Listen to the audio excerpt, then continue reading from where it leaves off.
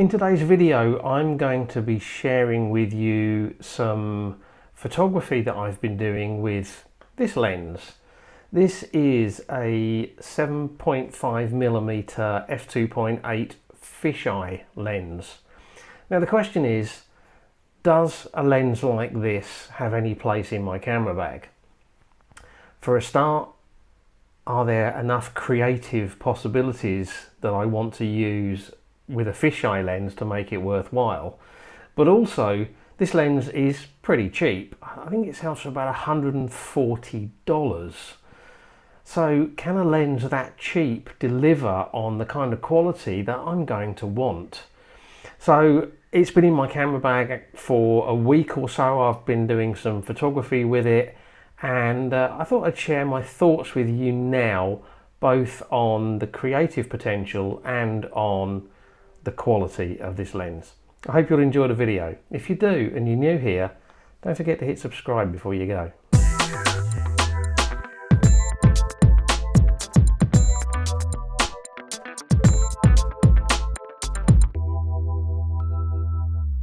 Hi everyone, thanks for joining me.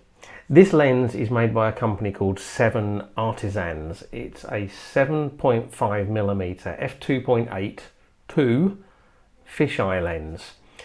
It's available in a variety of mounts for aps-c cameras, although I think it also fits micro four thirds. I guess if you get the right mount, you could use it on a full frame camera, but obviously you're going to lose a big chunk around the edges of the sensor.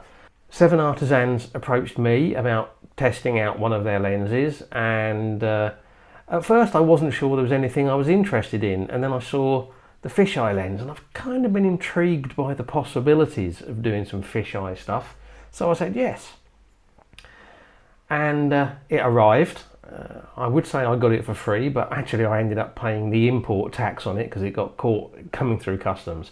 So 7 Artisans have provided it for nothing. I've just had to pay the tax on it. But nevertheless, this will be an honest and upfront review. If there's anything about this I don't like, I will tell you. Just very quickly to explore what we mean by a fisheye lens. Normal wide-angle lenses are what's called rectilinear.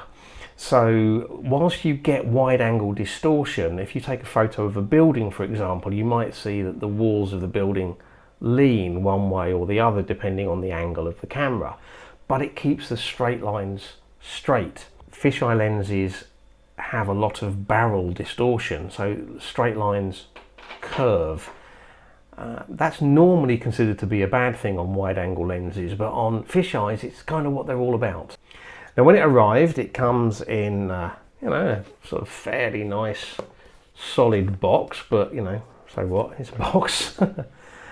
But when I took the lens out of the box, I was surprised, pleasantly surprised. As I said, this is about $140, 150, 130, 140 euros, depending on where you buy it from.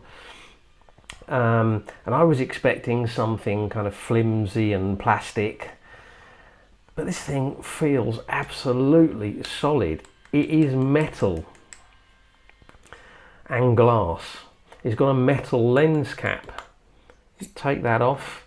There is a petal-shaped lens hood that is also metal, and that obviously protects that big dome-shaped front element, which is glass. Obviously, just a quick note, with this built-in hood and that curved front element, using filters on this is pretty much impossible.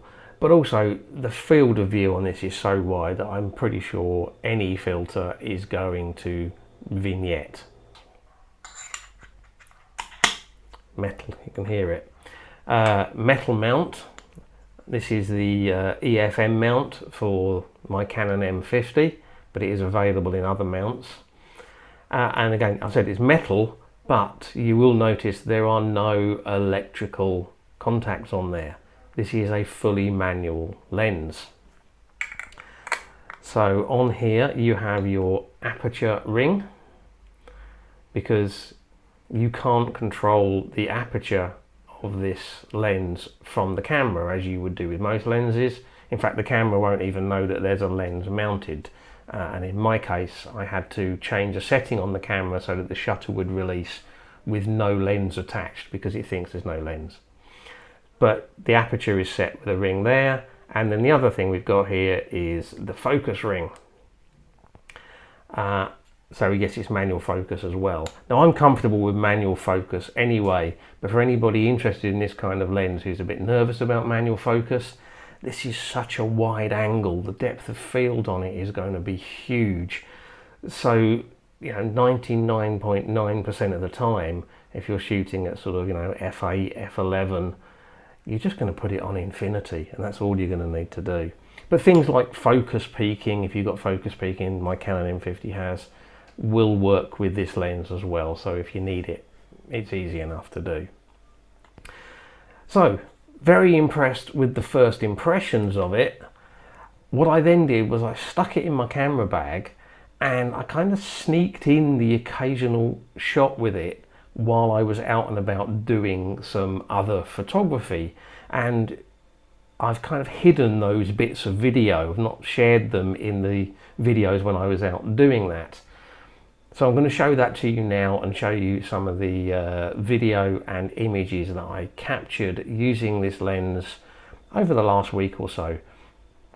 But I will say that those shots, I was kind of using this like just like a very wide angle lens. So there's definitely more photography to be done, which I've actually done today, and I'll come on to that in a minute. But let's go back and have a look at what I've done over the last week or so.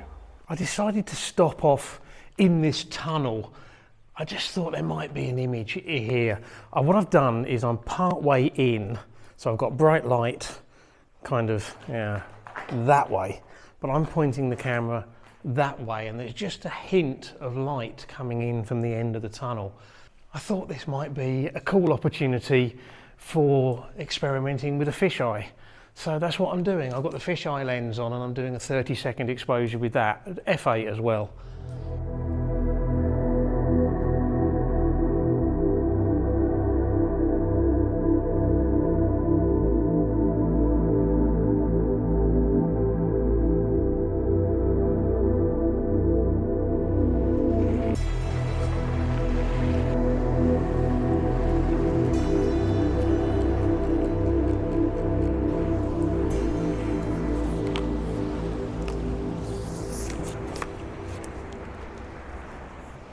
One of the shots that I thought might be a fun one to try with the fisheye lens, and that's looking along the breakwater back towards the beach and the buildings along the basically the front of the town. Now it's still pretty dark because it's almost an hour until sunrise, keeping an eye on the waves on the side of the breakwater. So I'm actually running a 4-minute exposure just to see what it looks like. I don't know if it's going to be any good or not. What I've done is I've put the center line, so in other words put the buildings along the center of the frame to minimize the distortion along there, but there will still be distortion on the ends. I don't know, it's worth giving it a go.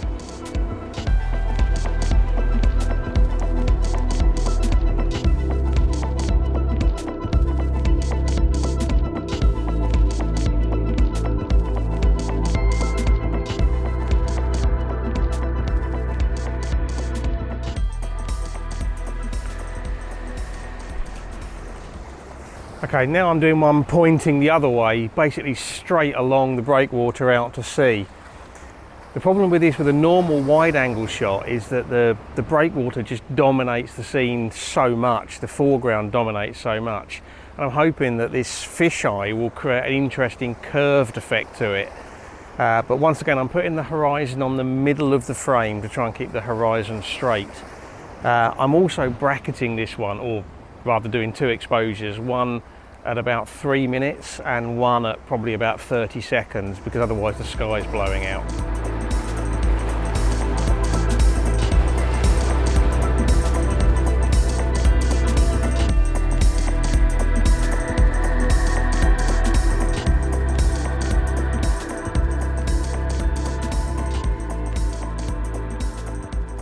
Now, as I said, those images were basically shot using the lens as just a super wide angle. I wasn't really embracing that barrel distortion and trying to get creative with it.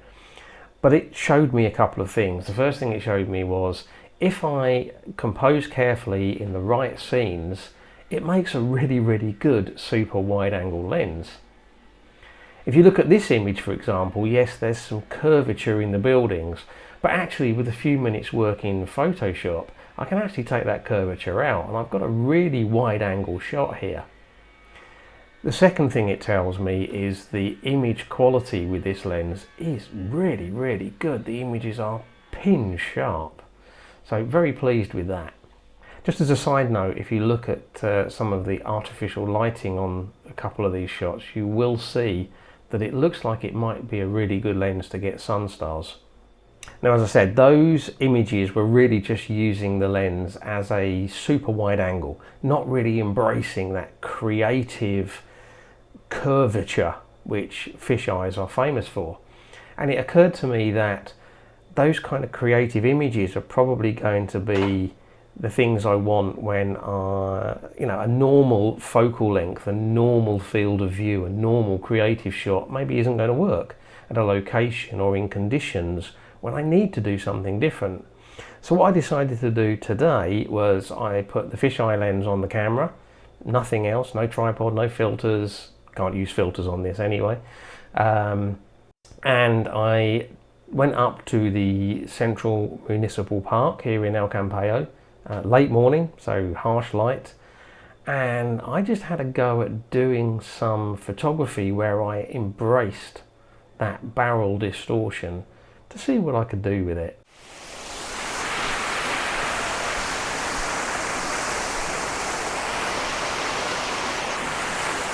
So unlike my previous shots with this lens where I've been trying to keep a level, basically pointing the camera straight ahead, what I'm trying to do now is actually angle the camera up or down to really get that fisheye effect.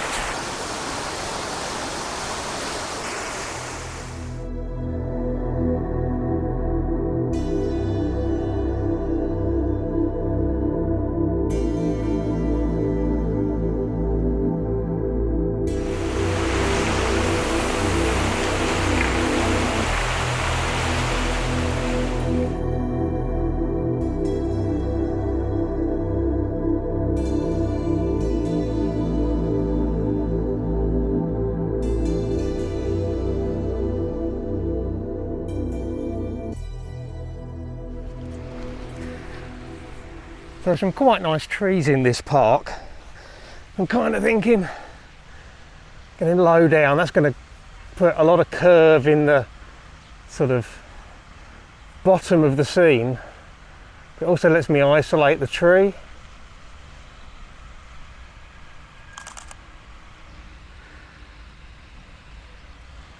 Maybe a little bit closer.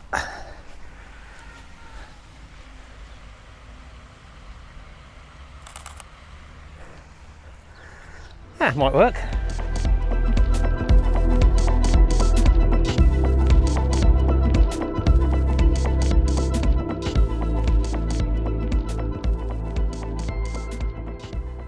Of course, there's quite a few people taking advantage of the lovely weather in the park today, so I'm trying to work around them as much as I can. I think I've got a scene here that's going to work. It's got a kind of a symmetry because we've got a curved foreground and then the fisheye effect curves the bridge going over the top. Could look pretty cool actually.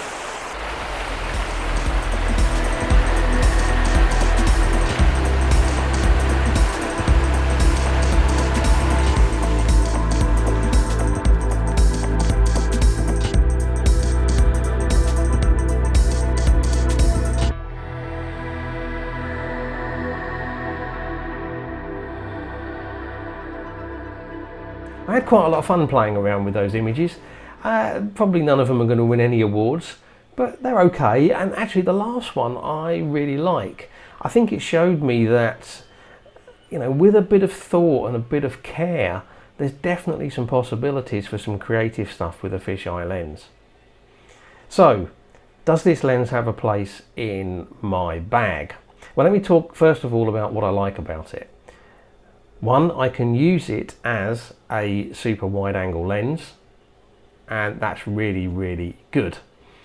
Two, it has some interesting creative possibilities for when other compositions, other focal length, other lenses just don't really seem to be cutting it.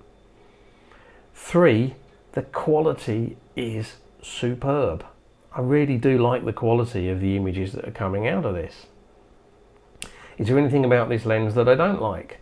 Well, not a lot actually. I mean, yeah, you can't use filters with it, but that was expected. The aperture dial on it has no clicks, if you like. It's a smooth rotation, and that's great for video, but it would actually be nice for stills photography if it actually kind of clicked, because it's actually very easy to move it off of whatever aperture you've got it set on. By the way, it goes from f2.8 to f16. But the focus dial on it is, you know, nice and smooth. It's, as I said, it's well made. The only other thing, which is perhaps a minor niggle on it, is there's a little red spot on there, which is the sort of, you know, where you line it up on the mount on the camera body to click it in.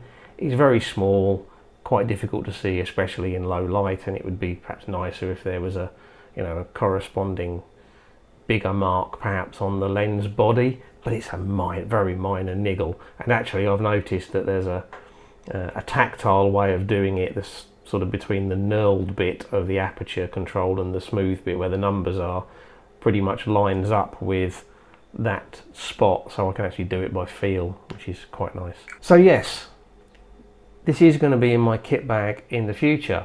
The images from it are not going to be to everybody's taste, and I won't be using it on every shoot by any means, but I think it opens up some really interesting possibilities.